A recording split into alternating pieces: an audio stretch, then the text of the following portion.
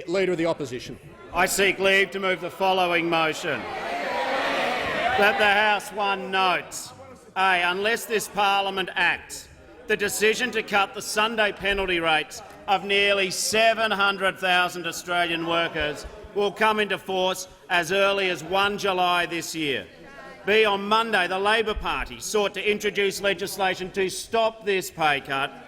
On Tuesday, the Prime Minister said he supported the decision to cut penalty rates. The Prime Minister has been willing to legislate when he objected to past decisions of Australian courts, tribunals and commissions, including legislating to overturn a Road Safety Remuneration Tribunal decision, legislating to preempt a Fair Work Commission decision about the Country Fire Authority, and introducing legislation to overturn a decision of the full bench of the federal court about native title. The Prime Minister has the power to stop these pay cuts for nearly 700,000 Australians, and under the Turnbull government, when companies receive record profits, they get a tax cut, and when wages flatline, workers get a pay cut. We call upon the government to legislate to prevent the pay cut from going ahead. And 3, agrees, therefore, to suspend so much of the standing orders as to prevent the Leader of the Opposition immediately introducing the Fair Work Amendment Protecting Take-Home Pay Bill 2017, the bill being given priority over all business for passage through all stages without interruption, and if consideration of the bill is not concluded by 3:30 p.m. today, any necessary questions to complete consideration of the bill being put without delay. Is leave granted? Leave is not granted. The Leader of the Opposition. I move that so much of standing and sessional orders be suspended as will prevent the Leader of the Opposition from moving the following motion forthwith. That the House 1 notes, unless this parliament acts, the decision to cut the Sunday penalty rates of nearly 700,000 Australian workers will come into force as early as 1 July this year. On Monday, the Labor Party sought to introduce legislation to stop this pay cut. On Tuesday, the Prime Minister said he supported the penalty rate cuts. The Prime Minister has been willing to legislate when he has objected to past decisions of Australian courts, tribunals and commissions, including legislating to overturn a Road Safety Remuneration Tribunal decision, legislating to preempt a Fair Work Commission decision about the Country Fire Authority, and introducing legislation to overturn a decision of the full bench of the federal court about native title. The Prime Minister has the power to stop these pay cuts, which will see nearly 700,000 Australians receive pay cuts, and under the Turnbull government, when companies receive record profits, they get a tax cut, and when wages flatline, workers get a pay cut. Further calls on the government to legislate to prevent the pay cuts from going ahead, and 3, agrees therefore to suspend so much of standing orders as would prevent the Leader of the Opposition immediately introducing the Fair Work Amendment Protecting Take-Home Pay Bill 2017, the bill being given priority over all business for passage through all stages without interruption if the consideration of the bill has not concluded by 3:30 p.m. today, any necessary questions to complete consideration of the bill being put without delay. This is the most out-of-touch government in Australian history. You couldn't write the plot. A Conservative government, on one hand offering tax cuts for multinationals, but on the other hand pay cuts for low-paid workers. A government who will fight tooth and nail to give big banks a tax cut, but do absolutely nothing to stop a pay cut for hundreds of thousands of workers. The motto of the Turnbull government: tough on those who are doing it tough and soft on the big end of town. This pay cut is not about a spreadsheet. It's not about a set of figures on a desk or a table. It is not about simple economics. It is about the lives that people live. Today in question time, there were several individual stories which were put to the Prime Minister. Stories of people who will be affected by this pay cut from the 1st of July. And what response did we get from this out-of-touch Prime Minister? It's not my business. It's not my decision. Not my problem. And of course, what they do instead is just attack the Labor Party. Well, the problem that they've got here is that this pay cut couldn't have come at a worse time for Australians.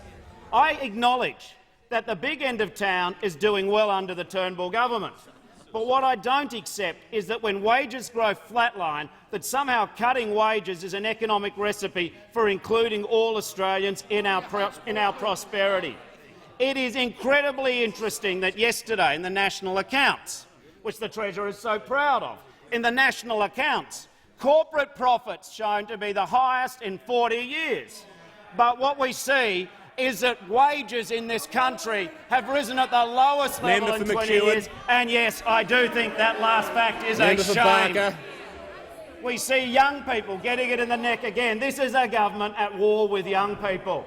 They're not interested. They want to increase their HECS. They want to make it more expensive to go to TAFE with the loan system they've got.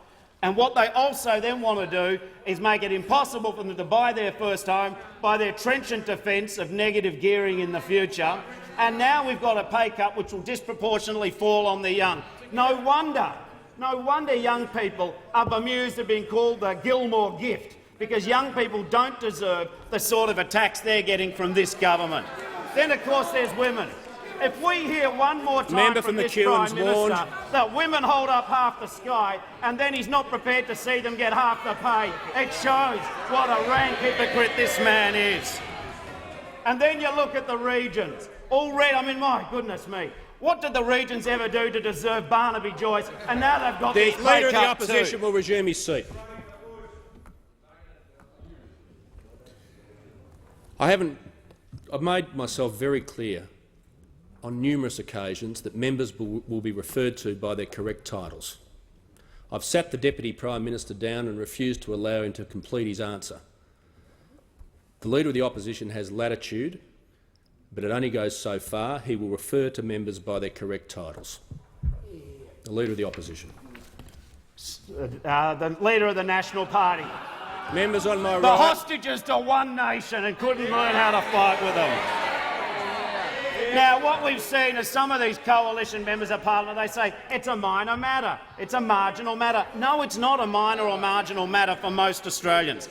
But what has been the defence that we've seen from the government? What has been the defence we've seen from this government?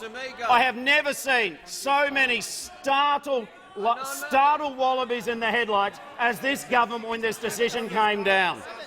What their first defence has been is that through enterprise bargaining, unions have negotiated on behalf of members flexibilities in return for increases in pay.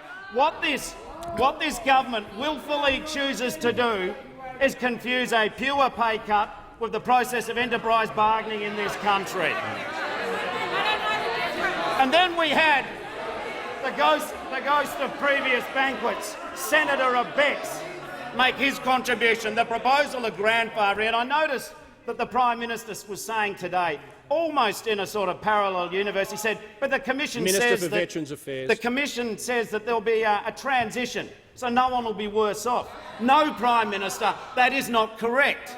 The decision means that on 1 July there will be a reduction in penalty rates. The Prime Minister is trying to pretend and say that there's nothing to see here. And then he gets on to his great friend, the independent umpire. This is a fellow who, when it suits him, trashed not only the decision of the Road Safety Remuneration Tribunal, he sacked the whole umpire.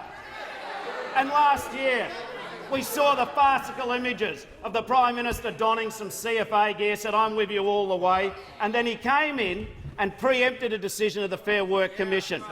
So they're happy to do it when it suits their political cause. I asked the Prime Minister, though, what political cause could you possibly be championing when you choose not to do it on behalf of 700,000 Australians? There will be a reduction, and as for the Senator Abetz's proposition we can just grandfather everything, then anyone currently getting the penalty rates will be all right, and anyone in the future, any new workers, well, they'll have to take their chances. What a willfully mischievous idea. In industries like retail and hospitality, with a 50% turnover in the year, what chance do people on the old rates stand for employment when an employer can pay someone to do the same job as they're doing on the new rates?